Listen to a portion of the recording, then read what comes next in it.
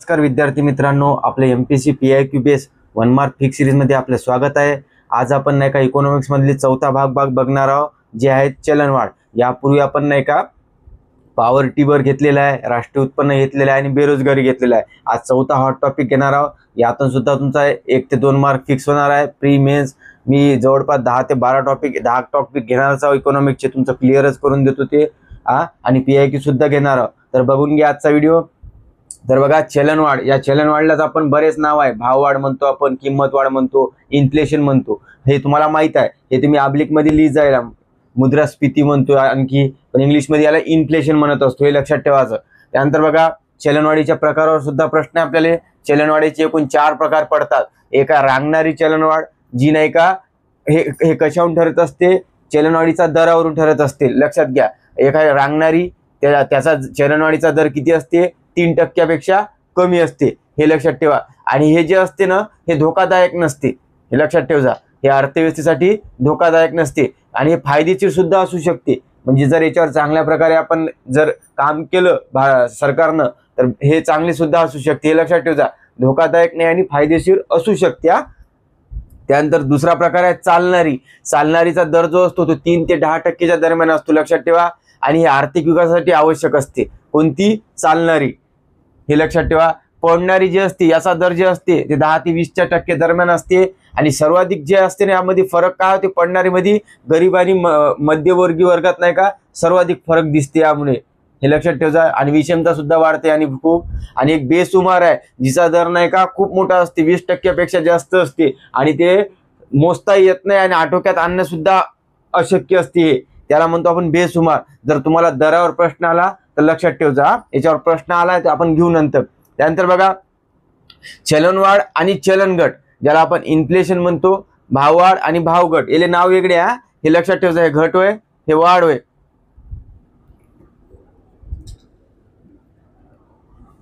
तर बघा, चलनवाढ जे आहे आणि चलनघट, यामध्ये कसं असते माहित आहे का, चलनवाढ वस्तू व सेवांची मागणी वाढत असते, लक्षात ठेवा।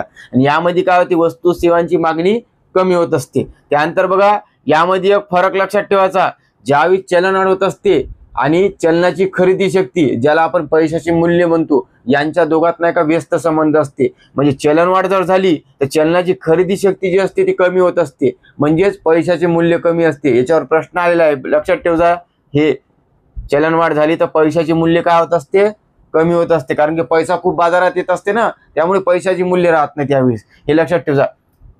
आणि इथं काय असते चलनघट मध्ये, कारण चलनघटच्या विरोधात हे राहील ना, चलनाची खरेदी शक्ती, एक वाढलं की एक कमी राहील, हे लक्षात ठेवा। यामध्ये काय असते, चलनघटीमध्ये पैशाची मूल्य वाढते, लक्षात ठेवा, कारण की इथं चलन बाजारात कमी असते, त्यामुळे पैशाची मूल्य जास्त असते। त्यानंतर लक्षात ठेवा, चलनवाढीमुळे काय होते माहिती आहे का, रोजगार निर्मिती क्षमता वाढत असते, हे लक्षात ठेवा। म्हणजेच बेरोजगारी कमी होत असते यामुळे, चलनवाढीमुळे, कारण की बाजारात खूप पैसा येते, मागणी वाढत असते, रोजगार वाढत असते आणि त्यामुळे बेरोजगारी सुद्धा कमी होत असते। आणि यामध्ये कसं असते, चलनघटीमध्ये नाही का बाजारात पैसा राहत नाही, त्यामुळे नाही का आपण इथं रोजगार देऊ शकत नाही, त्यामुळे याच्यात हे दोन्ही बी कमी असणार आहे, लक्षात ठेवा। त्यानंतर आपल्याला प्रश्न विचारला जाते, चलनवाढीचा फायदा किंवा चलनघटीचा फायदा कोणाला होतं, ते लक्षात ठेवा। चलनवाढीचा जो फायदा आहे ना, ऋणकोला होत असते, लक्षात ठेवा। ऋणको म्हणजे आपण कर्ज घेतो ना बँकेपासून, आपण ऋणको। धनको कोण असते, सावकार, ज्याला आपण म्हणतो, जे आपल्याला पैसे देते त्याला सावकार बिन, लक्षात ठेवा, सावकार। आणि ज्यावेळेस आपण भावघाटीच्या पहिले आपण ज्यावेळेस व्याजानं पैसे घेत असतो कोणापासून, त्याचा ठराविक दर असते की 10% द्यायचं बा, परंतु भाववाढ झाली, पैसा वाढला, परंतु दर तेच राहते ना, त्याच्यात काही वाढ होते का, नाही, म्हणून आपण म्हणतो ऋणकोला काय होईल, नंतर फायदा होईल, धनकोला तोटा होईल, हे लक्षात ठेवायच्यावर प्रश्न आहे। त्यानंतर तोटा कोणाकोणाला होते बघा, धनको पगारदार जे असते व पेन्शनधारक असते ना, ज्यांचं फिक्स पेन्शन असते, वाढत असते का भाववाढीच्या काळात, नाही। ज्यांना जर 20,000 रुपये पेन्शन भेटत असेल तर 20,000 भेटणार, पण भाववाढ वाढली तर सर्व किमती वाढतात ना, म्हणून यांना सुद्धा तोटा होतो। त्यानंतर बघा, असंघटित क्षेत्र जे असते यांना सुद्धा याचा तोटा होत असतो। संघटित क्षेत्राला फायदा होत असतो, कारण की संघटित क्षेत्राला पेमेंट वाढत असते त्यांचं, पण यांचं तसं काही नाही राहत, कारण की यांनी रोज मजुरीवर काम करणार राहते। आणि एक बॉन्ड धारक असते, बॉन्डधारक म्हणजे काय, फिक्स पैसे टाकत असतो आपण, त्याचा सुद्धा आपल्याला काही वाढते का भाववाढ झाल्यामुळे, नाही। हे फक्त पाठ करा मुद्दे, प्रश्न सॉल्व्ह होते। त्यानंतर भावघटीचा कोणाला फायदा होतो, त्याच्या उलट धनकोला फायदा होतो, ऋणकोला तोटा होतो, हे लक्षात ठेवायचं बस। त्यानंतर बघा आपल्याला खाली महागाई जी आहे, महागाई आणि बेरोजगारी याचा व्यस्त संबंध आहे, लक्षात ठेवा. महागाई जर वाढली तर बेरोजगारी काही कमी होईल, आणि महागाई जर कमी झाली तर बेरोजगारी वाढणार. हे याच्या उलट आहे. महागाई शब्द काय आहे? भाववाढ. त्यानंतर चलनवाढ हे शब्द आहे, किंमत वाढ, हे लक्षात ठेवजा. त्यानंतर मागणी आणि पुरवठामध्ये सुद्धा कसा संबंध आहे? व्यस्त आहे. मागणी जर वाढली तर पुरवठा काय राहील? कमी राहील. म्हणजे पुरवठा कमी राहिला तर मागणी वाढणार आहे. हे तुम्हाला माहित आहे, यांचा व्यस्त संबंध आहे.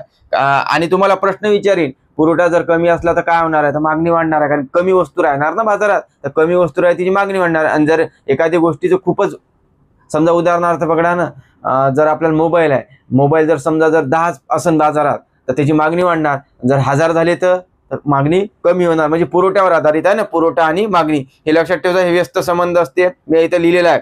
आणि चलनवाढ आणि चलनाची खरेदी शक्ती आपण घेतला, यांच्या सुद्धा व्यस्त संबंध असते. त्याला पैशाचे, म्हणजे 3 गोष्टी कॉमन करा: महागाई, बेरोजगारी, मागणी, पुरवठा आणि चलनवाढ आणि चलनाची खरेदी शक्ती, ज्याला आपण पैशाचे मूल्य म्हणतो. यात कोणता संबंध आहे? व्यस्त. एक वाढलं की दुसरं कमी होईल, हे लक्षात ठेवा. त्यानंतर बघा यावर प्रश्न आलेले आपल्याला की भाववाढ नाही का मापन पद्धती किती आहेत? 2, WPI आणि CPI. WPI ला लॉंग फॉर्म आहे होलसेल प्राइस इंडेक्स, CPI ला म्हणतो कंझ्युमर प्राइस इंडेक्स, आणि घाऊक किंमत निर्देशांक म्हणतो मराठी, त्याला ग्राहक किंमत निर्देशांक म्हणतो. आणि हे जे फरक आहे याच्यावर प्रश्न सॉल्व्ह होते तुमचा. बघा, घाऊक किंमत निर्देशांक जे असते ते वस्तूच्या घाऊक किमतीवरून काढला जाते, आणि ग्राहक किंमत निर्देशांक जो असते ते किरकोळ किमतीवरून काढला जाते. हे पाठ करायचं. त्यानंतर फरक दुसरा कोणता? यात फक्त यामध्ये वस्तूंचा समावेश होते. कायच्यात? घाऊक किंमत म्हणजे WPI मध्ये. आणि इथं काय होते? वस्तू व सेवांचा. हे असाच फरक लिहा आणि असाच पाठ करा. त्यानंतर घाऊक किंमत निर्देशांक म्हणजे ज्याला WPI मध्ये किती वस्तूंचा समावेश होते? तर 697 वस्तूचा समावेश असते. आणि ते कोणत्या? ते काय? उत्पादित वस्तू, प्राथमिक वस्तू आणि इंधन गटातील वस्तू. याच्यावर क्वेश्चन आलेला आहे की बा WPI मध्ये कोणता वस्तूचा विचार करते? ते 3. आणि सर्वात जास्त उत्पादित वस्तू असतात, त्यानंतर प्राथमिक, तिच्या सर्वात शेवटी इंधन गटातील. कधी जर क्रम विचारला भारनुसार, टक्केवारीनुसार किंवा वस्तूनुसार, त्याला हेच क्रम राहणार आहे: उत्पादित वस्तू, प्राथमिक आणि इंधन गटातील वस्तू. त्यानंतर बघा WPI कोण प्रकाशित करत असते? तर हे जे वाणिज्य आणि उद्योग मंत्रालयाचा नाही का आर्थिक व सल्लागार विभाग किंवा कार्यालय हे प्रकाशित करते. याच्यावर प्रश्न आला नाही, हे लक्षात ठेवा. त्यानंतर बघा हे जे ग्राहक किंमत निर्देशांक असते त्यामध्ये बहुतेक गोष्टी ज्या असतात जीवनावश्यक वस्तू व सेवांचा असतात, म्हणजे जे गरजेचे असतात, म्हणून त्याला आपण काय म्हणतो? कॉस्ट लिव्हिंग ऑफ इंडेक्स म्हणतो. याच्यावर IMP करा. जर प्रश्न आला तर तुम्हाला असा येईल किंवा कॉस्ट ऑफ लिव्हिंग इंडेक्स कशाला म्हणतात? तर लक्षात ठेवा, ग्राहक किंमत निर्देशांकाला म्हणतात. त्यानंतर बघा याच्यातला हे काढतात कसे? WPI आणि CPI हे दर महिन्याला काढतात, आणि यामध्ये वर्ष ते वर्ष म्हणजे इयर टू इयर पद्धतीचा वापर केला जातो. इथं सुद्धा तेच कॉमन आहे, हे लक्षात ठेवा. काय करतात? दर महिन्याला काढतात. इयर टू इयर मेथड वापरली जाते. आणि आधारभूत वर्ष लक्षात ठेवा, WPI चं आधारभूत वर्ष 2011. आणि हे तुम्ही जर थोडंसं नेटवर चेक कर, जर WPI चं काही बदललं का आधारभूत वर्ष, हे तुम्ही एक अपडेट कर्ज आहे, आणि असलं तर सांग जा मला बी. आधारभूत वर्ष 2011 आहे, लक्षात ठेवा. आणि हे जे असते CPI चे एकूण किती प्रकार पडतात? तर 4 प्रकार पडतात, हे लक्षात ठेवा. याच्यावर प्रश्न आला आपल्याला. तर पहिला जो आहे CPI UNME, हे जो होता याचा आधारभूत वर्ष 1984 होतं, परंतु आता हे काढला जात नाही. आता जो खंडित झाला किंवा रद्द झाला. तुम्हाला असं विचारी, आता कोणता CPI, जे 4 प्रकार होते त्यापैकी कोणता प्रकार नाही आहे? तर CPI UNME नाही आहे. मग बघा याचा आधारभूत वर्ष दिलेला आहे. त्यानंतर बघा CPI AL, याला म्हणतो ऍग्रिकल्चर लेबर, म्हणजे शेतकऱ्यांचा मजुरीचा निर्देशांक. आणि दुसरा आहे CPI RL, याला रुरल लेबर, ग्रामीण मजुरींचा, हे लक्षात ठेवा. आणि यांचा आधारभूत वर्ष आहे 1986, हे लक्षात ठेवा. त्यानंतर जे CPI IW, जे आता आपल्या कंबाईनला प्रश्न आलता, तो त्याचा आधारभूत वर्ष आहे 2016, याला म्हणतो इंडस्ट्रियल वर्करचा, म्हणजे औद्योगिक कामगारासाठीचा निर्देशांक, हे इतकं लक्षात ठेवा. आणि जे CPI AL आणि CPI RL जे असते तो कोण प्रकाशित करत असते? तर श्रम ब्युरो. कोण करते? श्रम ब्युरो. याचं मुख्यालय आहे शिमला, हे लक्षात ठेवा. बस इतक्या याच्यावर माहिती तुमची निघणार आहे. काही गोष्टी याच्यापेक्षा जर बाहेर चला तर कशा सॉल्व्ह करू आपण ते पाहू आपण. तर बघा हे आणखी लक्षात ठेवा 2 गोष्टी. प्रचंड तेजीचे वर्ष जर विचारलं तुम्हाला तर 1974 आहे, लक्षात ठेवा. प्रचंड मध्ये च आहे, 4 शेवटी येणार असं लक्षात ठेवा, किंवा 74 म्हणता.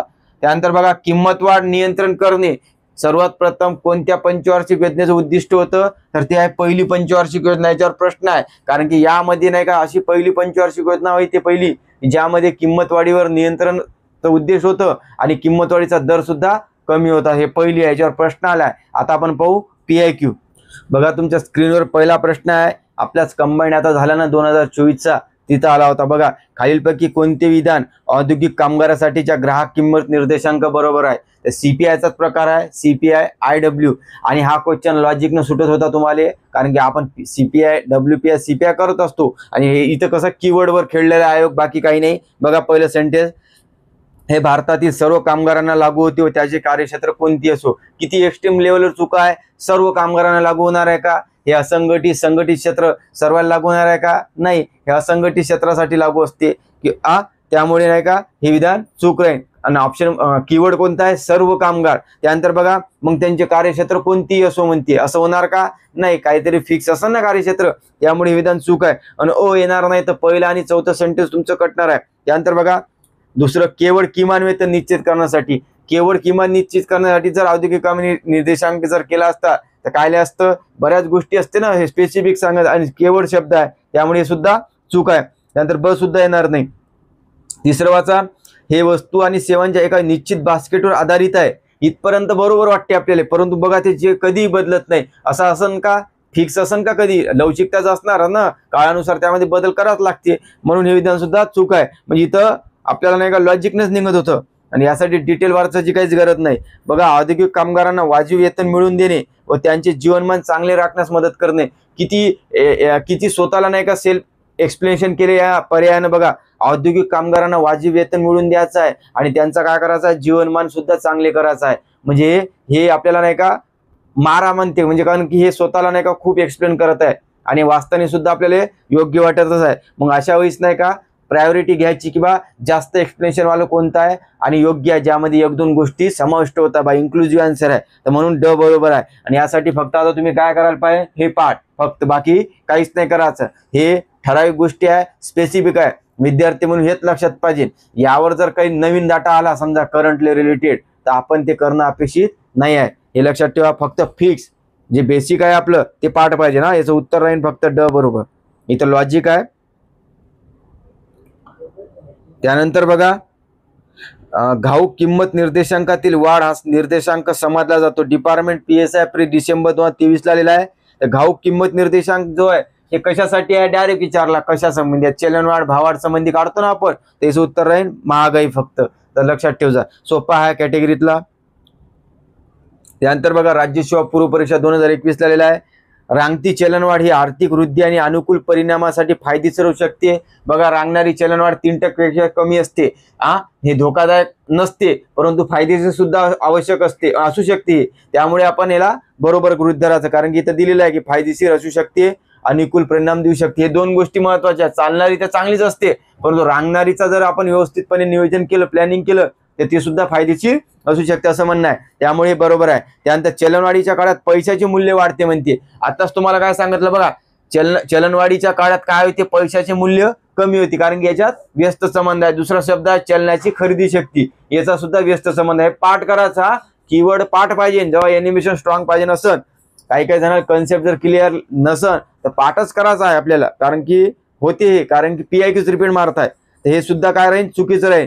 जर ब चुकीचं असेल तर तुमचं सेकंड आणि थर्ड ऑप्शन तर कटणारच आहे, म्हणून तर बरोबर आहे. आता क वर बघा, चलनवाढ ही ऋणकुला लाभदायक असते म्हणते. तर चलनवाढ बघा इथं ऋणकुला लाभदायक असतेच, कारण की ऋण घेणारा काय करते, एका ठराविक दराने घेते. भावाडीचे काळात जर पैसा खूप वाढला तर त्याला त्याच दराने पैसे द्यायला लागेल, त्याला फायदा होते ना. त्यामुळे धनकुला तोटा ऋणकुला हेच येते. ऋणकुला फायदा का धनकुला तोटा हे तुम्ही लक्षात ठेवा. याच्यात काय होते, चलनवाढीत काय होते, प्रश्न विचारला ते पाहायचं, आणि चलन घटीचा विचारलं तर याच्यात उलट राहील परिस्थिती, हे सुद्धा लक्षात ठेवा.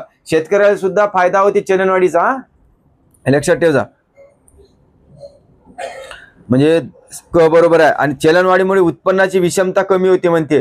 चलनवाढीमुळे उत्पन्नाची विषमता इथं लिहिलेलं आहे मी. चलनवाढीमुळे उत्पन्नाची विषमता वाढत असते, कारण की काही जणांचं उत्पन्न वाढते तर काही जणांचं उत्पन्न कमी असते. हे त्यामुळे याची विषमता वाढते. कधी कधी नाही का बऱ्याच गोष्टी अशा येईल की जे तुम्हाला नाही का कन्सेप्टवर येईन किंवा काही गोष्टी आपल्याला ठरवा लागेल आणि उत्पन्नाची विषमता वाढणारच आहे ना. आपल्यावरच उदाहरण लक्षात ठेवायचं. गरीबाचं काही वाढणार आहे का? नाही. चलनवाढीचा त्यांना घाटाच होणार आहे, कारण की वस्तू काय होणार? महाग होणार. उत्पन्न वाढणार का? त्याचं नाही वाढणार. म्हणून उत्पन्नाची. आणि जे संघटित क्षेत्र असते किंवा ज्याचे फिक्स पेमेंट म्हणजे पेमेंट वाढत राहते दर वर्षाला, तर त्यांना त्याचा फायदा होणारच आहे चलनवाढीचा. म्हणून इथं उत्पन्नाची विषमता हे कॉमनली आपण लक्षात ठेवू शकतो. त्यामुळे इथं काय पाहतो? उत्पन्नाची विषमता वाढते काय जे चलनवाढीच्या काळात. हे एक मुद्दा ऍड करायचा. त्यामुळे याचं उत्तर आहे अक.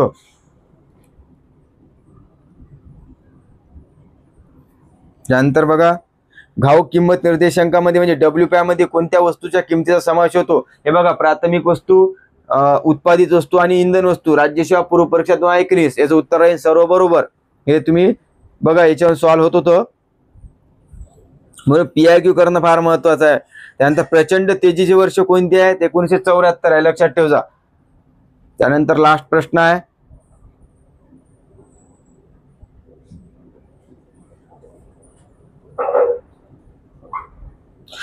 एक लक्षात ठेवा.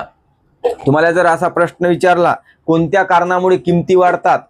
प्रत्यक्ष करामुळे वाढतात की अप्रत्यक्ष करामुळे? तर लक्षात ठेवायचं, अप्रत्यक्ष करामुळे किमती वाढतात. हे तुम्ही पाठ करायचा, इथं लिहून घ्या तुम्ही. अप्रत्यक्ष करामुळे किमती वाढतात हे ऍड करा. राज्यसेवा पूर्व परीक्षा 2011 ला प्रश्न आलता, मी टाकला आहे, बघून घ्या. त्यानंतर एक लास्ट क्वेश्चन आहे, किंमत वाढीचे नियंत्रण करणे हे कोणत्या पंचवार्षिक योजनेत प्रथमच जाहीर करण्यात आले? हे किंमत वाढीचं नियंत्रण पहिल्या पंचवार्षिक योजना हे एकमेव योजना आहे की ज्यामध्ये किंमत वाढीचं म्हणजे दर कमी होता आणि त्याच्यावर नियंत्रण उद्दिष्ट होते. हे लक्षात ठेवा. हे इम्पॉर्टंट आहे. हे पुन्हा रिपीट येईन तुम्हाला. अशा प्रकारे आपण याच्यावरचे पाहिलेले आहे. आता भाग आपण यानंतर दुसरा घेऊ एपिसोड. चला तर आपण नाही का चलनवाढी मधला पुढील भाग पाहू, जे फार महत्वाचं आहे. याच्यावर बरेच क्वेश्चन आलेले आहे. तर बघा, आपल्याला नाही का चलनवाढीची जे कारणे आहेत ती दोन प्रकारची असतात. एक आहे मागणीजन्य चलनवाढ आणि खर्चदाबजन्य चलनवाढ. याला इंग्लिश मध्येच लक्षात ठेवायचं, डिमांड फुल इन्फ्लेशन म्हणजे मागणीजन्य चलनवाढ, आणि खर्चदाबजन्य चलनवाढले काय म्हणतो आपण? हे पुरवठा आधारित असते. म्हणून याला आपण कॉस्ट पुश इन्फ्लेशन म्हणत असतो. हे लक्षात ठेवा.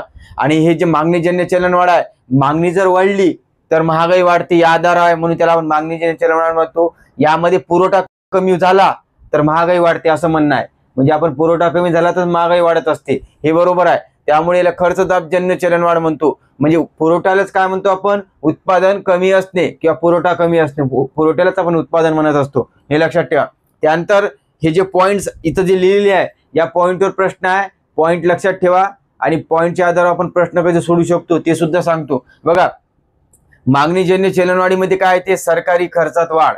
सरकारी खर्चात वाढ आहे येते. लक्षात घ्या, सरकारी खर्चात वाढ मध्ये कसं असते? ज्यावेळेस नाही का मंदी जर आली असन, आपण म्हणतो ना भावघट, तर त्या काळात सरकारनं नाही का सार्वजनिक खर्चात वाढ केली पाहिजे, कारण की बेरोजगारी कमी करण्यासाठी. आणि त्यासाठी सरकार काय करत असते? तुटीचा अर्थसंकल्प मांडत असते, म्हणजे खर्च वाढवण्यासाठी. म्हणून हे लक्षात ठेवा. आणि जर तुम्हाला विचारलं असं, भाववाढीच्या काळात सरकार काय करते? सरकारी खर्चात वाढ करणार आहे का? नाही, कारण की भाववाढ झालेली आहे. सरकारी खर्चात काय करणार आहे? कपात करणार आहे. हे अशा गोष्टी लक्षात ठेवायच्या. वाढ असते कुठं, घट कुठं असते, हे तुम्हाला समजलं पाहिजे. त्यात तुटीचा अर्थ भरणा. तुटीचा अर्थ भरणा म्हणजे काय? जमेपेक्षा खर्च जास्त करणे, त्याला म्हणते तुटीचा अर्थ भरणा. तुटीचा अर्थ भरणा आपण सार्वजनिक वित्त मध्ये डिटेल पाहू. त्यानंतर बघा, दुसरं कारण काय ते चलन पुरवठ्यात वाढ किंवा पैशाच्या पुरवठ्यात वाढ. हे जसं तसं पाठ करा. पैशाच्या पुरवठ्यात जर वाढ झाली तर भाववाढ होणार आहे, कारण की बाजारात पैसा किती येणार आहे? खूप येणार आहे, त्यामुळे भाववाढ होईल. हे लक्षात ठेवा. याला चलन पुरवठ्यात वाढ सुद्धा येते शब्द, किंवा पैशाच्या पुरवठ्यात वाढ. त्यानंतर काळा पैसा. काळा पैसा मी सुद्धा लक्षात ठेवा. काळ्या पैशामुळे सुद्धा भाववाढ होते, कारण लपलेला असते, त्यामुळे याचा अंदाज बांधणं शक्य नसते. त्यानंतर लक्षात ठेवा, स्वस्त पैशाचे धोरण. RBIचं जे स्वस्त पैशाचे धोरण आहे ते कुठं वापरत असतो आपण? भावघटीच्या काळात, म्हणजे मंदीच्या काळात. आणि जे महागाईच्या काळात कोणतं वापरत असतो आपण? महाग पैशात धोरण. हे लक्षात ठेवा. इथं स्वस्त पैशात धोरण येते. त्यानंतर खाजगी खर्चातील वाढ, जे आपला वैयक्तिक खर्च असते त्या खर्चात जर वाढ झाली तर सुद्धा महागाईत वाढ होते, हे लक्षात ठेवा. लोकसंख्येतील वाढ. हे कीवर्ड जसे तसे पाठ करा, म्हणजे कन्फ्युजन होत नाही. त्यानंतर प्रत्यक्ष करात घट. प्रत्यक्ष करात जर घट राहिली तर ते मागणीजन्य चलनवाढीत येते. आणि जर अप्रत्यक्ष करात जर वाढ राहिली, बघा इथं देऊन आहे, हे दोन फरक लक्षात ठेवायचे. प्रत्यक्ष करात घट असन तर मागणीत येते, आणि अप्रत्यक्ष करात वाढ आली तर कुठे जाईल? खर्च दाबजन्य. कधी कधी प्रत्यक्ष अप्रत्यक्ष शब्द वापरत नाही, फक्त करात घट जर म्हटलं तर मागणीत टाकायचं, करात जर वाढ आलं तर हे सुद्धा खर्च दाबजन्य मध्ये टाकायचा. जर प्रत्यक्ष शब्द उपयोग केला तर आपण टाकून देतो त्याला, आणि इकडे अप्रत्यक्ष. आणि भाववाढ जी असते ती अप्रत्यक्ष करामुळे होत असते. हे बघा, त्यानंतर लोकांच्या बचतीत घट हे शब्द येते. अंतर्गत कर्जाची परतफेड केल्यास हे सुद्धा मागणीजन्य कारण आहे. निर्यातीत वाढ, बघा निर्यातीत वाढ नाही का पुस्तकात पुरवठ्याजन्य दिलेली आहे, आणि ती आहे सुद्धा. परंतु आयोगाने एका पेपरमध्ये काय केलेलं आहे, निर्यातीत वाढ ही मागणीजन्य दिलेली आहे, म्हणून आपण त्याला नाही का मागणीजन्यच पकडायची सध्या, कारण की प्रश्न तुम्हाला दाखवतो त्यावेळेस क्लिअर होईल. त्यानंतर बघा पतनिर्मितीत वाढ. पतनिर्मितीत वाढ कोण करत असते? तर व्यापारी बँका करत असते, ज्यामुळे काय होते? भाववाढ होत असते, म्हणजे तेजीची परिस्थिती. आणि पतनियंत्रण कोण करते? तर आरबीआय करते. लक्षात ठेवा फरक. पतनिर्मिती कोण करते? तर व्यापारी बँका. आणि पतावर नियंत्रण कोण ठेवते? तर आरबीआय. हे लक्षात ठेवा. हे जे पॉईंट आहेत जशा तसे पाठ करा. आणि याच्यात कोणत्या गोष्टी येते माहिती आहे का? शॉर्ट मध्ये जर लक्षात ठेवलं तर एक येते सरकार संबंधी, जे राजकोषीय धोरणासंबंधी गोष्टी येते खास, आणि आरबीआय संबंधी येते. बघा आरबीआय, बघा सरकारी खर्चात वाढ सरकार संबंधी आहे. तुटीचा अर्थ भरणा कोण करते? सरकार. राजकोषीय धोरण. चलन पुरवठा म्हणजे पैसा कोणापाशी आहे? आरबीआय. काळा पैसा आरबीआय. स्वस्त पैसा धोरण आरबीआय. खाजगी खर्चातील वाढ, सरकारी खर्चातील वाढ हे लोकसंख्येतील वाढ, हे 3 घटक बरोबर लक्षात ठेवा. त्यानंतर प्रत्यक्ष करात घट गीट आरबीआय. त्यानंतर लोकांच्या बचतीत घट हे आरबीआय संबंधी आहे. बचत कर. त्यानंतर अंतर्गत कर्ज. फक्त निर्यातीत वाढ लक्षात. पतनिर्मिती कोण करते? बँका. म्हणजे बँक आणि सरकार संबंधी जे राजकोषीय धोरण असते आणि आरबीआयचं मौद्रिक धोरण या संबंधी गोष्टी कुठे येते? मागणीमध्ये सहसा. हे लॉजिक आहे, हे तुम्हाला समजणार. आणि परंतु जर आपल्याला विचारलं पुरवठाजन्य मध्ये काय येते, यामध्ये काय येते माहिती आहे? उद्योगासंबंधी गोष्टी, जे आपण उत्पादन स्वरूपात करत असतो, कारखान्यासंबंधी उद्योगासंबंधी गोष्टी येते. हे बघा, हे कृषी उत्पादनातील चढ उतार, म्हणजे कृषी उत्पादन कशा संबंधी आहे ना? उद्योगासंबंधीच. तर समजा आता आणि एक लक्षात ठेवायचा, कृषी उत्पादन चढ उतार येईल किंवा शेती उत्पादनातील घट आले पाहिजे आपल्याला शब्द. शेती उत्पादनातील घट. जर पर्यायामध्ये शेती उत्पादनातील वाढ जर आला तर ते पुरवठाजन्य नाही आहेत. हे विधान चूक राहील, आणि हे आयोगानं नाही का विचारलेलं आहे, प्रश्नाला क्लिअर होईल. इथं लक्षात घ्यायचं, कृषी उत्पादनातील चढ उतार किंवा शेती उत्पादनातील घट, हे लक्षात ठेवा. त्यानंतर काय आहे ते? अपुरी औद्योगिक वाढ. कोणासंबंधी आहे? उद्योगासंबंधी. आणि अपुरी औद्योगिक वाढ. त्यानंतर औद्योगिक कलह, ज्याला आपण काय म्हणतो? औद्योगिक भांडण, औद्योगिक तंटे, हे सुद्धा काय येते?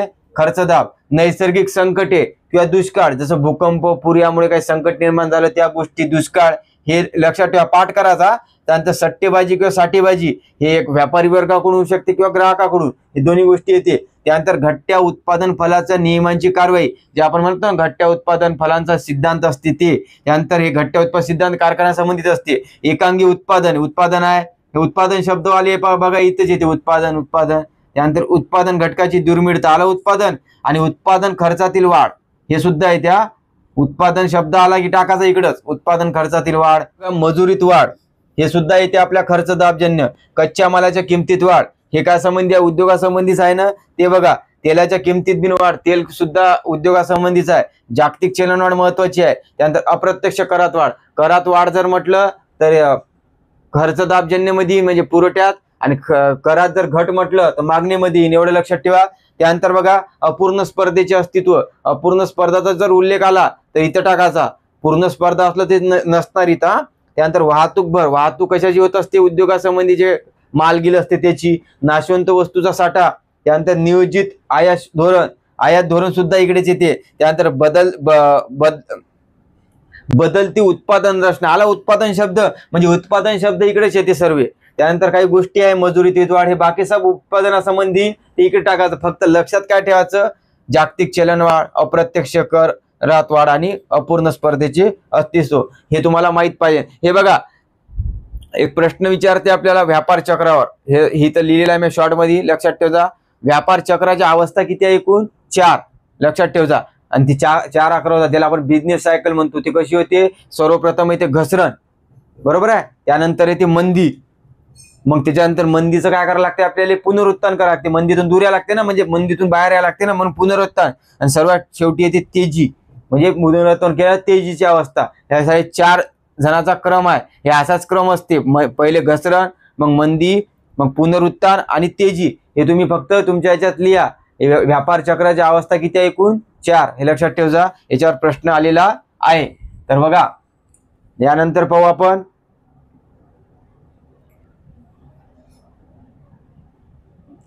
त्यानंतर बघा मंदीच्या काळात काय होते बा असं विचारते आपल्याला. मंदीच्या काळात काय होत असते? करात वाढ करावी लागते की सार्वजनिक खर्चात काय करावं लागते? तर लक्षात ठेव जा, मंदीच्या काळात नाही का आपण तुटीचा अर्थसंकल्प मांडत असतो. तुटीचा अर्थसंकल्प म्हणजे काय की बा जास्त खर्च करायचा आहे सरकारले, त्यामुळे काय होईल? मंदीतून बाहेर येईन माणूस आणि रोजगार देईन, हे उद्देश असते. म्हणून मग तुटीचा अर्थसंकल्पात काय होईल? करामध्ये काय करण्यात येईल? कपात आणि सार्वजनिक खर्चात वाढ. कारण की आपण तुटीचा अर्थसंकल्प मांडत आहोत म्हणून सार्वजनिक खर्चात वाढ करावं लागेल. करात जर आपण वाढ केली तर मग तर म्हणजे महसूल जास्त गोळा करील, परंतु ते मंदीच्या काळात शक्य होईल का? कारण की पहिलेच पैसा राहत नाही ना बाजारात, मग कराचे रेट वाढून काही फायदा आहे का? नाही आहे. म्हणून लक्षात ठेवायचं, मंदीच्या काळात काय होते? करात कपात होते आणि सार्वजनिक खर्चात वाढ, आणि त्यासाठी आपण वापरतो तुटीचा अर्थसंकल्प. हे पाठ करा, याच्यावर प्रश्न आलेला आहे. त्यानंतर बघा तेजीच्या काळात, ज्याला आपण महागाई म्हणतो, या काळात आपण कोणतं अंदाजपत्रक मांडतो? तर शिल्कीचं अंदाजपत्रक. हे लक्षात ठेवा, पाठ करा, याच्यावर प्रश्न आलेला आहे. आणि आपण हे सार्वजनिक वित्तमध्ये डिटेल घेऊ. त्यानंतर बघा तेजीच्या काळात जसं करात काय होते? मग तेजीच्या काळात करात वाढ करावी लागते, कारण बाजारात पैसा खूप आलेला राहते. मग जर त्याला आपण बाहेर काढायचा असेल तर आपण काय करीन? करात वाढ करीन, हे लक्षात ठेवा. आणि सार्वजनिक खर्चात कपात करीन, कारण खर्च जर पुन्हा वाढला महागाई आणखी वाढणार ना, मग ते कमी करण्यासाठी काय करायचं? सार्वजनिक खर्चात कपात. हे दोन्ही कंपॅरिझन करून पहा, कारण की हे क्रॉस एकमेकाले जरी तुम्ही खालीवरी झालं तर तुमचं चुकू शकते, हे लक्षात ठेवा. यावर सुद्धा आता 24ले प्रश्न आहे बघा. भाववाढीच्या काळात म्हणजे तेजीच्या काळात काय होते बा बाह्य व्यापारावर परिणाम? म्हणजे आयात वाढते का निर्यात वाढते, असा प्रश्न आहे. तर लक्षात ठेवा, भाववाढीच्या काळात ज्याला आपण तेजी म्हणतो, या काळात काय होत असते माहिती आहे का? आयात जी असते ते वाढत असते आणि निर्यात काय होत असते? कमी होत असते. हे पाठ करायचं. आयात काय वाढते? भाववाढीच्या काळात वाढते आणि निर्यात कमी होते. आयात काऊन वाढते? आयात वाढणं म्हणजे देशांतर्गत वस्तू काय होत असते? स्वस्त होत असते, म्हणून आयात वाढते. आणि परकीय वस्तू स्वस्त होते म्हणून निर्यात कमी होत असते, हे लक्षात ठेव जा. भावघटीच्या काळात काय होते? मंदीच्या काळात काय होत असते परिस्थिती? किंवा आयात काय करत असते? कमी होत असते आणि निर्यात वाढत असते, हे लक्षात ठेवा. याच्यात कन्फ्युजन होऊ नका, हे बरोबर पाठ करा. भाववाढीच्या काळात काय होते? आयात वाढते आणि निर्यात काय होईल? कमी, आणि याच्या उलट स्थिती मंदीच्या काळात होईल, हे लक्षात ठेवा. या दोघांवरही प्रश्न आहे. त्यानंतर काही आपल्याला चलनवाढीच्या काही संकल्पना आहे ज्याच्यावर प्रश्न विचारले आहे बघा. आपल्याला सेचा बाजारविषयक नियम विचारलेला आहे. सेचा बाजारविषयक नियम काय म्हणते? पुरवठा आपली मागणी निर्माण करतो म्हणते. म्हणजे यांनी पुरवठ्याला महत्व दिलं.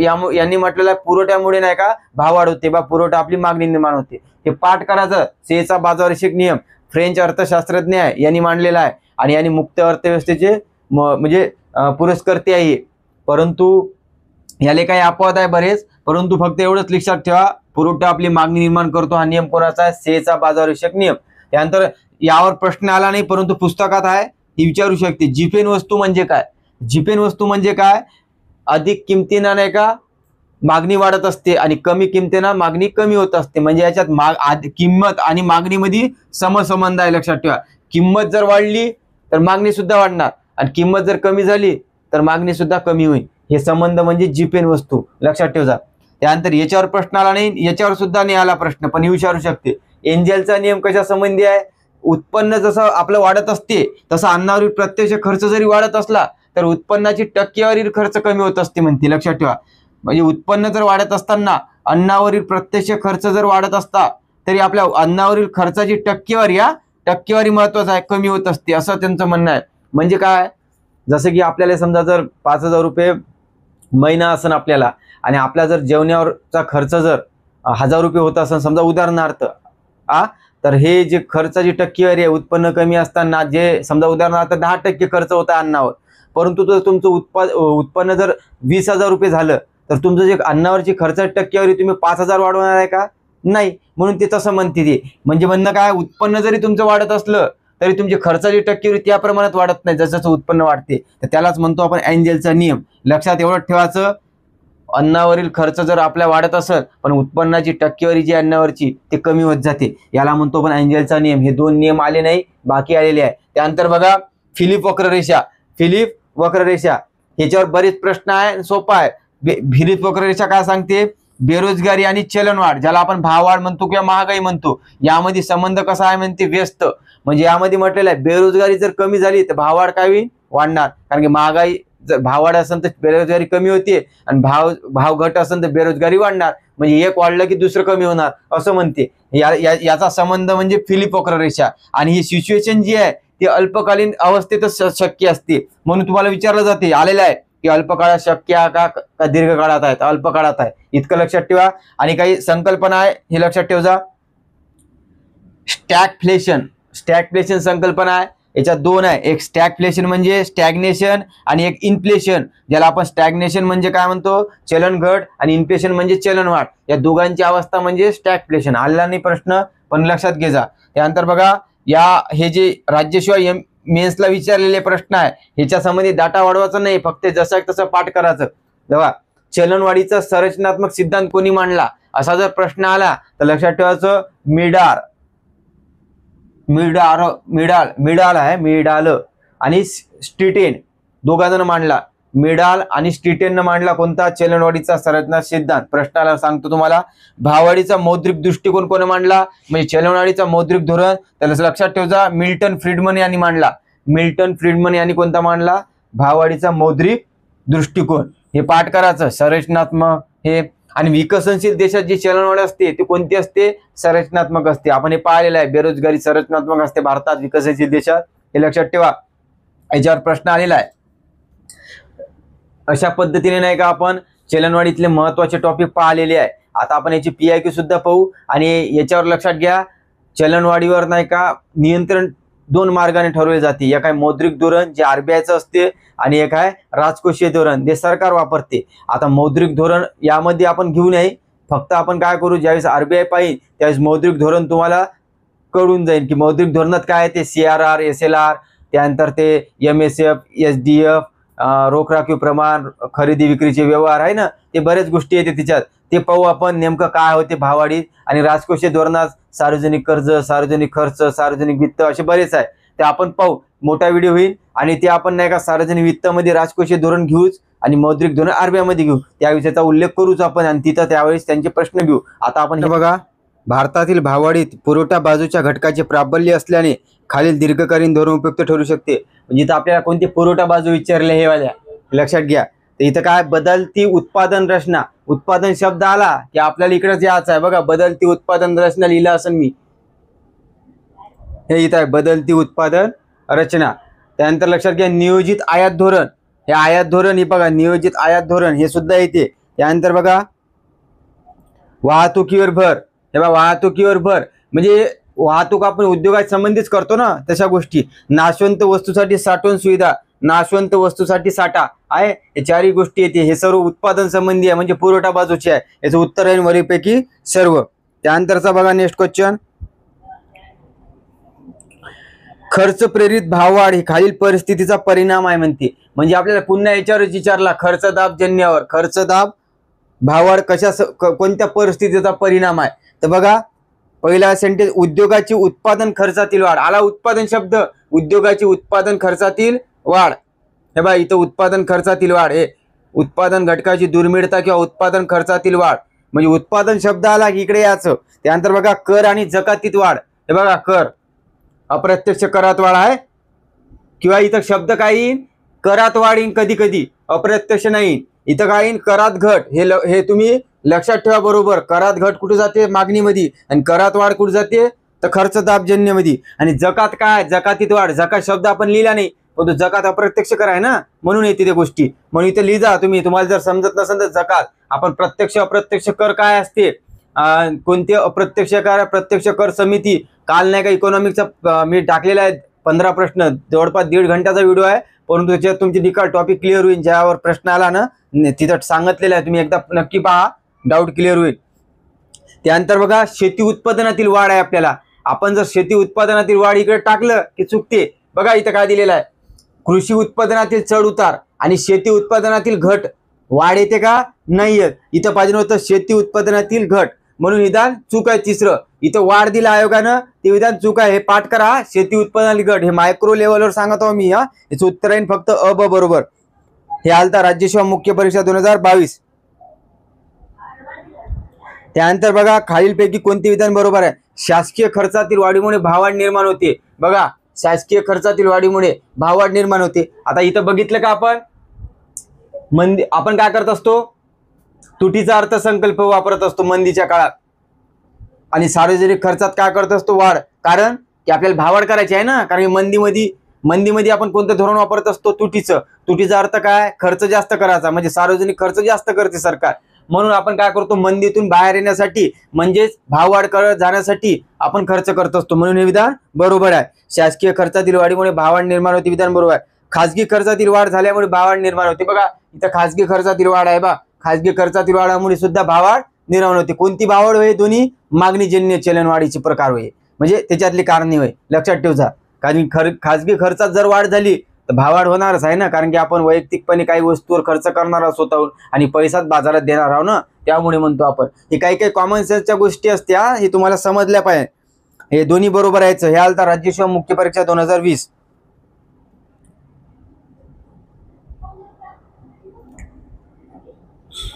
त्यानंतरचा बघा, खालीलपैकी कोणती वित्तीय उपाययोजना चलनवाढ रोखण्यासाठी परिणामकारक ठरेल? म्हणजे काय म्हणते? कोणती वित्तीय उपाययोजना आहे चलनवाढ रोखण्यासाठी नाही का परिणामकारक ठरेल म्हणते. आपल्याला चलनवाढ रोखायची आहे तर लक्षात ठेवजा. सरकारी खर्चात वाढ. जर सरकारी खर्चात जर वाढ केली तर भाववाढ निर्माण होईल ना. आपल्याला चलनवाढ रोखायची आहे. मग चलनवाढ रोखण्यासाठी सरकारी खर्चात वाढ केली तर येईन का? नाही येणार. त्यानंतर सरकारी कर्जात वाढ. कर्ज घेतलं तर होणार का? नाही होणार. त्यानंतर रोखतेच्या राखीव दरात वाढ, म्हणजे CRRच्या दरात वाढ करणं बिन आवश्यक नाही आहे. कारण की आपल्याला काय करायचं आहे? तिला रोखायचं आहे. तर मग याचं उत्तर काय येईल? कराच्या दरात वाढ. हे बघा कराच्या दरात वाढ कधी करत असतो? बघा तेजीच्या काळात आपण कराच्या दरात वाढ करतो. कारण भाववाढ कमी करण्यासाठी. नाही विचारलं काय? चलनवाढ रोखण्यासाठी. म्हणजे चलनवाढ लोकांसाठी काय करतो आपण? करात वाढ, सार्वजनिक खर्चात कपात. हे लक्षात ठेव. बरोबर, हे फार महत्वाचं आहे. मंदीच्या काळात काय असते याच्यावर प्रश्न बरेच सॉल्व होते. म्हणजे याचं उत्तर राहील कराच्या दरात वाढ. त्यानंतर नेक्स्ट क्वेश्चन बघा, राज्यसेवा पूर्व परीक्षा 2018 आलेला आहे. किंमत वाढीस कारणीभूत असणारा पुढीलपैकी कोणता घटक पुरवठाजन्य नाही म्हणते? म्हणजे इथं पुरवठाजन्य नाही, आपल्याला विचारलं मागणीजन्य विचारले त्यांनी खास. तर लक्षात घ्या, साठा आणि दुष्काळ आहे पर्यायामध्ये. साठा कुठे येते? बघा साठा येते खर्च दाब मध्ये, म्हणजे पुरवठाजन्य. बघा दुष्काळ, साठेबाजी आलं का याच्यात? म्हणजे हे पर्यायामध्ये येईन का? नाही येणार. म्हणजे बर्ड ऑप्शन असणार नाही. त्यानंतर लक्षात घ्या, निर्यातीत वाढ आणि पतन निर्मितीत वाढ. आता निर्यातीत वाढ नाही का मागणीजन्य चलनवाढ आहे. आणि पतन निर्मितीत वाढ सुद्धा काय आपल्याला? मागणीजन्य चलनवाढ आहे. आता आपल्याला इथं काय करायचं होतं माहित आहे का? इथं आयोगाने उत्तर दिलं पतन निर्मितीत वाढ, कारण की मागणीजन्य आहे. म्हणजे यांचं म्हणणं काय इथं की निर्यातीत वाढ कायच्यात येते? पुरवठामध्ये येते. परंतु तसं ऑप्शन नव्हतं क, म्हणून याचं उत्तर फक्त क दिलेलं आहे आयोगानं. म्हणजे यांच्यानुसार निर्यातीत वाढ काय आहे? पुरवठाजन्य आहे. या प्रश्नानुसार मी दुसरा प्रश्न दाखवीन ना, त्याच्यामध्ये क्लिअरच आहे की निर्यातीत वाढ हे मागणीजन्य आहे म्हणून. हे लक्षात ठेवा. कुठं कुठं आयोग डाऊट देते, परंतु बाकीच्या गोष्टी जर क्लिअर असेल ते पहिले घ्यायच्या. हे लक्षात ठेवजा. म्हणून इथं पतन निर्मितीत वाढ येईल, हे काय? मागणीजन्य. तुम्हाला नेक्स्ट पुढचा क्वेश्चन दाखवतोच मी. त्यानंतर बघा, पुढीलपैकी कोणता घटक नाही का दारिद्र्य निर्मितीस कारणीभूत नाही म्हणते? म्हणजे गरिबी येण्यासाठी कारणीभूत नाही म्हणते. तर बघा, भाववाढ दारिद्र्य निर्मितीस कारणीभूत आहे का? नाही आहे. कारण की भाववाढ झाल्यावर गरिबारी त्याचा झटका बसते ना, उत्पन्नाची विषमता वाढत असते त्यानं, म्हणून हे आहे. त्यानंतर शासकीय खर्चात वाढ. शासकीय खर्चात काय करते? तेजीच्या काळात नाही का आपण सरकार पैसा ओतते ना म्हणजे इकडं बाजारात, त्यामुळे बेरोजगारी कमी होते. त्यामुळे शासकीय खर्चात वाढ हे दारिद्र्य निर्मितीस कारणीभूत नसते, तर दारिद्र्य दूर करण्यासाठी असते. म्हणून हे यानुसार उत्तर राहील आपलं एक. त्यानंतर तुटीचा अर्थभरणाचा अर्थ काय? तेच आहे ना. तुटीचा अर्थभरणा म्हणजे काय? खर्च वाढवते सरकार. म्हणून ते दोन विधान काय राहील? दारिद्र्य निर्मिती कारणीभूत नाही. अल्प बचत भांडवल निर्मिती. जर बचत जर कमी असेल, तुमची भांडवल निर्मिती असेल, तर मग दारिद्र्यास कारणीभूत असणार ना त्या गोष्टी. म्हणून हे सुद्धा येणार नाही. म्हणजे याचं उत्तर काय येईल? ब क. म्हणजे विचारलं आपल्या दारिद्र्य निर्मिती कारणीभूत नाही आहे. म्हणजे यामुळे त्या दोन घटकामुळे कोणत्या? शासकीय खर्चात वाढ आणि तुटीचा अर्थभरणा यामुळे काय होते? दारिद्र्यात घट होत असते. हे लक्षात ठेवा. म्हणून याचं उत्तर राहील ब क. 4 नंबरचा ऑप्शन राज्यसेवा पूर्व परीक्षा 2018. त्यानंतर बघा, पुरवठा आपली स्वतःची मागणी स्वतः निर्माण करतो. हा क्लासिकल अर्थशास्त्रातील मूलभूत नियम खालीलपैकी कोणत्या शास्त्राने मांडला? हे पुरवठा आपली मागणी निर्माण करतो. कोण करते? सेचा बाजारविषयक नियम आहे. हे पाठ करायचं, बऱ्याचदा रिपीट आलेला आहे. त्यानंतरचा बघा, आणि जे केन्सचं नाव आहे इथं, उपभोगाचा मानसशास्त्रीय नियम कोणी मांडला? केन्सनं मांडला. लक्षात ठेवा, उपभोगाचा मानसशास्त्रीय नियम केन्सनं मांडला, हे लिहून घ्यायचा. डेव्हिड रिकार्डो बद्दल तुलनात्मक खर्च सिद्धांत, ॲडम स्मिथचा निरपेक्ष खर्च सिद्धांत, हे आपण नंतर राजकोषीय धोरण जेव्हा पाहू, म्हणजे सार्वजनिक त्यावेळेस करू आपण ते बाकीच्या गोष्टी. त्या बघा, त्यानंतर चलनवाढीची कारणे काय असतात म्हणते, हे आलता वंशीय मुख्य बरे 2017. तर बघा, बाजारातील पैशाचा पुरवठा वाढणे. आता बघा, पैशाचा पुरवठा वाढला बाजारातला, तर मग चलनवाढ होणार नाही का? होणार आहे का? बघा इथे लिहिलेला आहे, पैशाचा पुरवठा, चलनाच्या पुरवठ्यात वाढ किंवा पैशाच्या पुरवठ्यात वाढ झाली तर काय होणार आहे? चलनवाढच होणार आहे ना, पैसा वाढला की. त्यानंतर उत्पादनात घट. उत्पादनात घट म्हणजे हे बघा, उत्पादनात घट म्हणजे पुरवठ्यात घट झाली तर काय होणार आहे? भाववाढ होणार आहे. जर पुरवठा जर कमी राहिला आणि मागणी जास्त राहिली तर भाववाढ होणार आहे, बरोबर आहे. आणि पुरवठा खूप आहे, मागणी कमीच राहील ना त्याची, त्यामुळे म्हणून म्हणते उत्पादनात घट पाहिजे भाववाढसाठी आणि मागणी वाढणार आहे, त्यामुळे हे लक्षात ठेवा. हे मागणीजन्य कारणे आहे, हे पुरवठाजन्य आहे. म्हणून याचं उत्तर काय राहील? अ. रोजगारात घट होत असते का चलनवाढीमुळे? बेरोजगारी कमी होते का? बेरोजगारी कमी होत असते, म्हणजे रोजगारात वाढ होत असते भाववाढीमुळे, कारण की रोजगार भेटत असते ना पैसा जास्त झाल्यावर, त्यामुळे. आणि चौथं, याच्या उत्पादनात घट पाहते तर उत्पादनात वाढ आहे, म्हणजे याचं उत्तर राहील अ. ब. अशा बऱ्याच गोष्टी निघते या प्रश्नावर आपल्याला.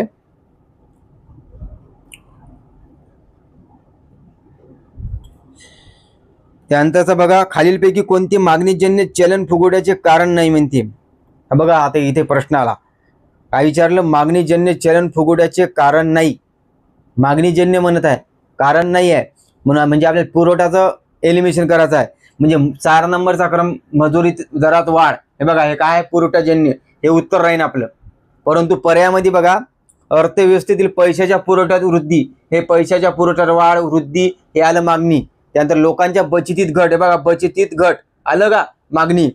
निर्यातीत वाढ सुद्धा दिली बघा, यांनी निर्यातीत वाढ कायच्यात दिली? नाही, मागणीमध्ये. मागच्या प्रश्नामध्ये काय दिलं होतं त्यांनी?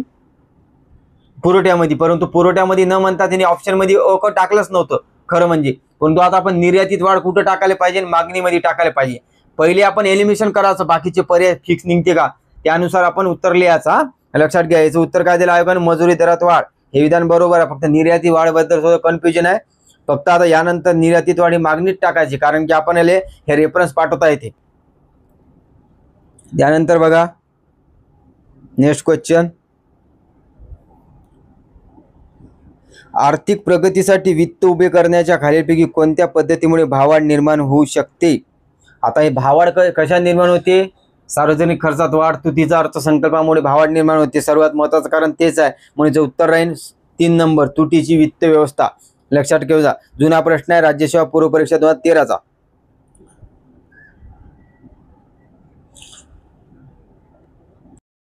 बघा, खालीलपैकी कोणत्या समूहावर चलनवाढीचा प्रतिकूल परिणाम होतो, म्हणजे निगेटिव्ह परिणाम होतो? आपण चलनवाढीच्या मागच्या व्हिडिओमध्ये पाहिलं होतं की चलनवाढीचे फायदे कोणाला होतात, तोटे कोणाला होतात. आता आपण तरी प्रश्न आला तर त्यावेळेस घेतला नाही वाटते मी, बघून घ्या. असंघटित क्षेत्रातील मजूर करणारे, याला प्रतिकूल परिणाम होणार आहे, कारण की यांचा रेट जे असते फिक्स असते आणि यांना चलनवाढीचा फायदा होत नाही यांना. त्यानंतर बघा, ड बघा, निवृत्तीवेतन मिळणारे निवृत्तीधारक, म्हणजे निश्चित आहे ना, यांचं निश्चितच राहते. यांना जर 10,000 रुपये महिना भेटत असेल तर 10,000च भेटणार आहे, भाववाढ किती झालीच चालते, कारण यांच्या पेन्शनमध्ये काही बदल होते का? नाही होत, म्हणून यांना सुद्धा तोटा होतो, म्हणजे अड. आणि ऋणकोला काय होतो? फायदा. धनकोला तोटा होतो असतो, लक्षात ठेवायचं आहे. लाभधारक असणार का? नाही, येणारे फायदा होते. वेतनदारी वेतन निर्धारक असणारे वेतनवाढी चलनवाढीनुसार म्हणते, म्हणजे त्यांचा वेतन आयोगानुसार बदलत राहते, म्हणून त्यांना त्याचा फायदा होऊ शकते. म्हणून नाही, याचं उत्तर राहील फक्त अड. मागच्या याच्यात पाहिला आपण, हे तुम्ही पाहून घ्या. आपल्याला विचारलं जाते चलनवाढीचा फायदा कोणाला होतो, तोटा कोणाला होतो, हे प्रश्न बनते.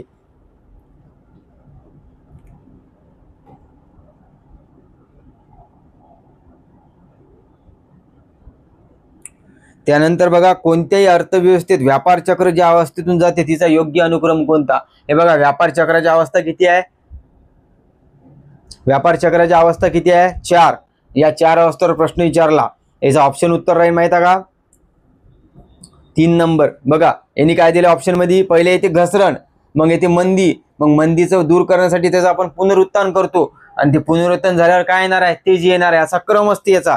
आणि याचा क्रम आहे 3 नंबर ऑप्शन मध्ये. बघा, पहिले यांनी मंदी दिली, मग पुनरुत्थान, मग काय दिलं, मुद्रास्फीती ज्याला काय म्हणतो आपण तेजी, आणि शेवटी घसरण.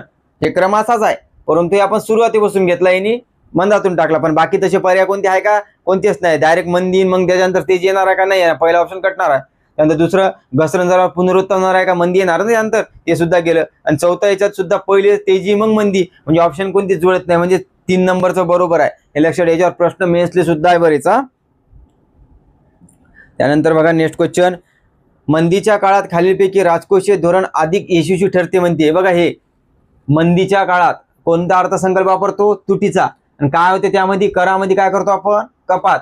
आणि सार्वजनिक खर्चात वाढ, कारण की मंदी असते ना, मंदीसाठी काय करत असतो, खर्च वाढावा लागते, कारण की त्याला आपण भाववाढ म्हणजे चलनवाढ करण्यासाठी. आणि मग करात जर वाढ केली आपण तर चलनवाढ होईल का, चलन घट होईल. म्हणून हे लक्षात ठेवा, एकमेकाला क्रॉस आहे. हे तुम्ही कसे लक्षात ठेवता पहा. याचं उत्तर राहील मंदीच्या काळात करामध्ये काय करायचं आपल्याला, कपात, आणि सार्वजनिक खर्चात वाढ. याचं ऑप्शन राहील 4 नंबरचं.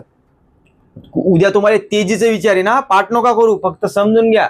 उद्या तेजीचं विचारलं तर हेच राहील, करात कपात का वाढ. आणि पाठ केलं असं तर तेच माणसांनी तुम्ही जे पाठ केले, पाठ करायच नाही, कन्सेप्ट बघून घ्या कशी आहे, तुम्हाला ते सोपं जाते. किंवा कीवर्ड पाहून घ्या त्याच्यात.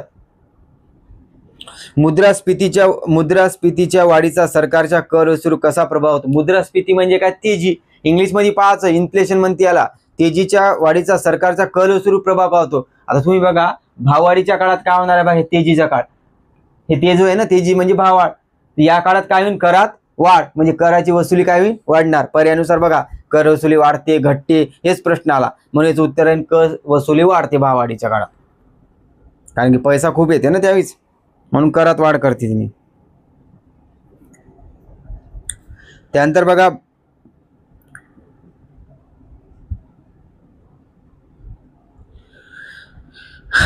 एक नाही का असा प्रश्न होता, भारतीय चलन फुगवट्याच्या संदर्भात खालील घटकांचा विचार करा.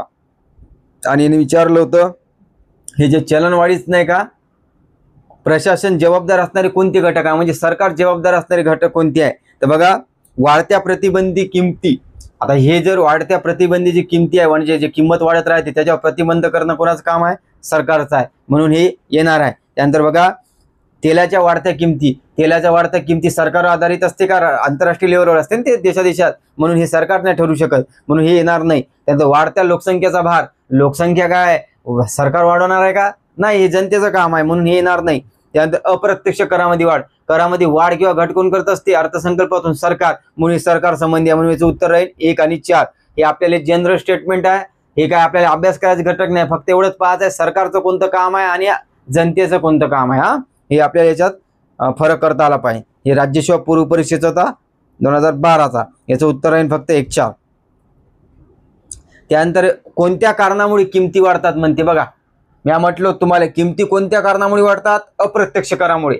इथं ऑप्शन मध्ये प्रत्यक्ष कर आहे आणि अप्रत्यक्ष कर आहे, म्हणून आपण जर वेळेवर गेलो तर काही मारून येतो, तसं नाही मारायचं. अप्रत्यक्ष करामुळे किमती वाढतात, चलनवाढ निर्माण होत असते, हे लक्षात ठेवा. आलता राज्यपूर सेवा 2011ला आहे, जुना आहे, पण आता याला तर आपल्याला घाम सोडते. मग हे लक्षात ठेवा, खालीलपैकी किंमत वाढीस कोणती एक कारण नाही म्हणते. किंमत वाढीस कोणते कारण नाही, म्हणजे चलनवाढसाठी कोणतं कारण नाही. याला नावं वेगवेगळे आहे. तुटीचा अर्थ भरणा, चलनवाढ करतेस. लोकसंख्या वाढ, चलनवाढ करतेस. प्रशासकीय खर्चात वाढ, चलनवाढ करणार आहे. बेरोजगारीत वाढ करणार आहे का, चलनवाढमुळे बेरोजगार काय कमी होणार, त्यामुळे हेच ऑप्शन नसणार त्यासाठी. सोप्या गोष्टी आहे हे. मग आपण अशा गोष्टी परफेक्ट करायला पाहिजे, म्हणजे इथे जर चुकलो आपण मग काही अर्थ नाही आपला. मग आपण भार वेगवेगळं वाचत बसतो, त्याचं वाचत नाही. हे आपले चौकट आहे खरं म्हणजे. हे चौकट म्हणजे याच्यात आपल्याला मार्क भेटलेच पाहिजे, उगाच दुसरीकडे पळायचा काही फायदा नाही त्याच्यात. 1950 पासून भारतातील नाही का, 1950 पासून भारतातील महागाई किंमत वाढीसाठी खालीलपैकी कोणते मागणी प्रेरित घटक कारणीभूत आहे. बघा, हे विचारले मागणी. कधीचा पेपर होईल माहिती आहे काय, हे आता समाज कल्याणचा झाला 2024 मध्ये, त्याचा प्रश्न आहे. तर बघा, सरकारी खर्चात वाढ येते का, येते. त्यानंतर बघा, काळा पैसा. त्यानंतर पैशाच्या पुरवठ्याचा विस्तार आला, पैशाच्या पुरवठ्यात वाढ, चलन पुरवठ्यात वाढ आलं. तेलाच्या किमतीत वाढ म्हणते. तेलाच्या किमती कुठे येते? व्यापारासंबंधी आहे, इथे येते तेलाच्या किमतीत वाढ, हे व्यापारासंबंधी आहे, हे आरबीआय आणि सरकार संबंधी आहे का मग? असं लक्षात ठेवू शकता तुम्ही. याचं उत्तर काय राहील माहिती आहे का? अ क ड, म्हणजे याचं उत्तर आहे ब चुकीचं. बाकी तुम्हाला मी एक्सप्लेनेशन सुद्धा सांगितलेले आहे, तुम्ही पाहून घ्या. हे बरोबर, हे तुलनात्मक पाठ करा, ज्याच्यात कन्फ्युजन राहील त्याच्यावर जास्त फोकस करा. याचं उत्तर राहील, हे आलता लेटेस्ट प्रश्न. त्यानंतरचा बघा, भाववाढीचा बाह्य व्यापारावर पुढीलपैकी कोणता परिणाम दिसून येतो म्हणते. आता बघा, हे विचारलं, भाववाढीचा बाह्य व्यापारावर कोणता परिणाम होते? तर लक्षात घ्या, काय होते? आयात वाढते, निर्यात कमी होते. हे बाह्य व्यापारावर आहे. आयात वाढते म्हणजे काय? देशांतर्गत वस्तू स्वस्त होते भाववाढीच्या काळात, आणि परकीय वस्तू महाग होती. म्हणून आपण म्हणतो देशांतर्गत वस्तू जर स्वस्त झाल्या तर आयात काय कमी, आणि परकीय वस्तू जर स्वस्त झाल्या तर निर्यात वाढते. लक्षात ठेवा. तर याचं उत्तर राहील आयातीत वाढ आणि निर्यातीत घट, पर्याय दोन्ही राहते. म्हणून आपण कन्फ्युजन होऊ शकतो, म्हणून हे दिलं. तुम्हाला पुढे जाऊन भावघटीच्या काळात काय त्याच्या उलट आहे, हे जसं उलट आहे ना, हे बरोबर लिहून घ्या. आणि तुम्ही एकदा एक पाठ करायचं फक्त, दुसरं उलट राहील असं करायचं, एकाच दोन्ही पाठ करायचं नाही. हे आलता समाज कल्याण, आता जे पेपर झाला अधिकारीचा त्याला चालता हे प्रश्न. म्हणून म्हणतो एमपीसी अंडर जेवढे प्रश्न येते, मला बरेच जण प्रश्न विचारते की बा मी सर कंबाईनचे प्रीचे पेपर पाहिले चालते का, मेनचे पाहिले चालते, फक्त कंबाईनचे? तसं नसते. आपल्या राज्यसेवा, आरएफओ, त्यानंतर समाज कल्याण अधिकारी, त्यानंतर सीडीपीओ, कोणते असो, एमपीएससी अंडर जेवढ्या एक्झाम येत असते तेवढ्या, डिपार्टमेंट पीएसआय असो, एसओ सुद्धा असो, फक्त काय करणं काम आहे आपल्याला? आपल्या टॉपिकनुसार सिलेक्टिव्ह वाचायचं आहे. जसं उदाहरणार्थ जर म्हटलं राष्ट्रपती टॉपिक आपल्याला आहे, तर राज्यसेवेत जर राष्ट्रपतीवर प्रश्न असेल तेवढा वाचायचा, मूलभूत कर्त्यावर असेल ते वाचायचा. बाकी जर इतर असेल जे फक्त राज्यसेवेलेच असते ते स्किप करायचं ना. मग आपण जर अशा नाही केलं तर सिलेक्टिव्ह अभ्यास होतो आणि आपल्या टॉपिकनुसार वाचतो. आणि फायदा काय होत असते माहिती आहे का असं वाचण्याचा? टेट सिरीजपेक्षा आपण आयोगाली नाही का जे पेपर सेटर असते त्याचा अप्रोच सुद्धा कळते आपल्याला. आणि एक म्हणजे आपण नाही का ते प्रश्न हाताळत नाही, तर एक म्हणजे अननोन क्वेश्चनले सुद्धा कसं आपण गेलो पाहिजे ते सुद्धा कळत असते. म्हणून आपण एमपीसी अंडरचे क्वेश्चन पाहिलेच पाहिजे. आता हे मी प्रश्न घेत आहोत राज्यसेवेचे, मग आपण जर समजा जर नुसते कंबाईनचे गेले तर हे प्रश्न येईन का आपल्याला? राज्यसेवेचे बरेच प्रश्न यायच्यात, मग असेच प्रश्न आपल्याला येते, मग सुटणार नाही ना. म्हणून आपण म्हटलं आपल्याला जे सिलेबसमध्ये आहे, जे कोणत्या एक्झामच्या सिलेबसमध्ये असते ते प्रश्न आले पाहिजे, बस. बाकी स्किप, बस एवढं धोरण ठेवाच तुमचं. त्यानंतर बघा, चलनवाढीचा संरचनात्मक सिद्धांत कोणी मांडला? हे राज्यसेवा 2024चा आहे, हे फक्त पाठ करायचा. चलनवाढीचा संरचना सिद्धांत मिडाल आणि स्ट्रीटेननं मांडला, लक्षात ठेवायचा. याचे क्वेश्चन साठी माहिती वाढवायची नाही आता. हे आला म्हणून मी घेतलं बघा, कधीच एखादीचा क्वेश्चन आला पाहिजे. त्यानंतर बघा, भाववाढीचा मौद्रिक दृष्टिकोन खालीलपैकी कोणत्या अर्थशास्त्राने मांडला? बघा, भाववाढीचा मौद्रिक दृष्टिकोन मांडला मिल्टन फ्रीडमन यांनी, हे पाठ करायचं. विकसनशील देशामध्ये चलनवाढी खालीलपैकी कोणती चलनवाढ ओळखली जाते? तर कोणती आहे ते? संरचनात्मक. हे येऊन जाते सर्वाला. हे राज्यसेवेचे प्रश्न आहे बरेच. मग आपण जर राज्यसेवेची केली नाही तर आपल्याला काय 2-3 क्वेश्चन दिसतात फक्त कंबाईनचे, तसं जमणार का? तसं कदाचित जमणार नाही.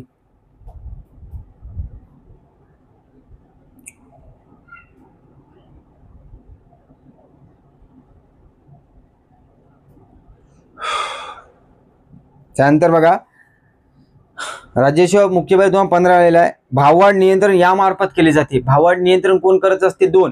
एक आहे आरबीआय ज्याला आपण मौद्रिक धोरण म्हणतो, एक सरकार ज्याला म्हणतो राजकोषीय धोरण. आपण ते काय आहे डिटेलमध्ये तर त्या प्रकरणात पाहू आपण. फक्त आता इथं लक्षात घ्या, भाववाढीचे मौद्रिक धोरणात काय येते? सीआरआर येते, त्यानंतर एसएलआर येते, रेपो दर, रिव्हर्स रेपो दर, त्यानंतर रोख्यांची खरेदी विक्रीचे व्यवहार, खुल्या बाजारातील आहे ना ते एमएसएफ, एसडीएफ, असे बरेच येते. मी तुम्हाला ते नंतर डिटेलमध्ये घेतलेलं आहे कालच्या व्हिडिओमध्ये, तुम्ही पाहून घ्या. आपल्याला बँक घ्यायचा आहे तेव्हा पाहू आणखी. त्याचं रेपो दर, उलट रेपो म्हणजे रिव्हर्स रेपो, रोख राखीव गुणोत्तर हे येणार आहे. रोख राखीव गुणोत्तर म्हणजे काय? एसएलआर, सीआरआर होते. आंतरराष्ट्रीय नाणेनिधीचा कर्जाचा काहीच समावेश नाही याच्यात, म्हणून याचं उत्तर आहे ABC. हे प्रश्न तुम्ही लिहून घ्या.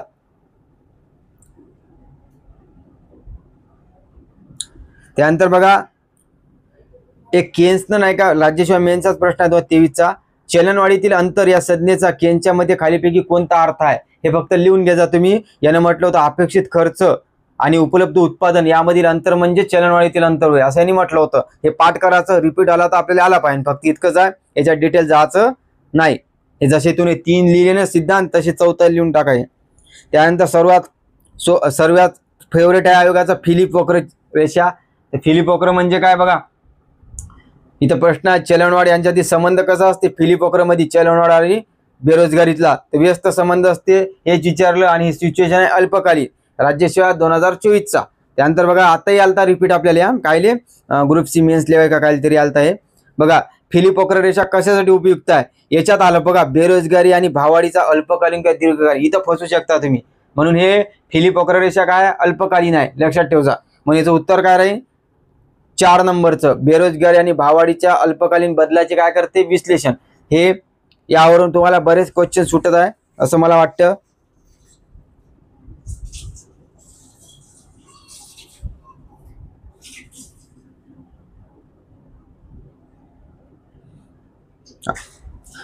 अशा पद्धतीने नाही का आपण चलनवाढ हे टॉपिक संपवलेला आहे. चलनवाढीचे प्रकार, WPI, CPI, बाकीचे हे जे मागणीजन्य चलनवाढ, त्यानंतर पुरवठाजन्य चलनवाढ, त्यानंतर त्यांचे काही सिद्धांत आहे हे पाहिले थोडक्यात. हे एक्झाम ओरिएंटेड अभ्यास आहे. इतकं तुम्ही चांगले करा, 21,000ची जोड द्या. नक्कीच तुम्हाला यावर जर प्रश्न आला नक्कीच ते 1 मार्क फिक्स होईल. जर तुम्हाला अशीच जर माझे मी जे शिकवतो तुम्हाला समजत असेल तर नक्कीच नाही का लाईक करा, कमेंट करा, शेअर करा, सबस्क्राईब करा. धन्यवाद.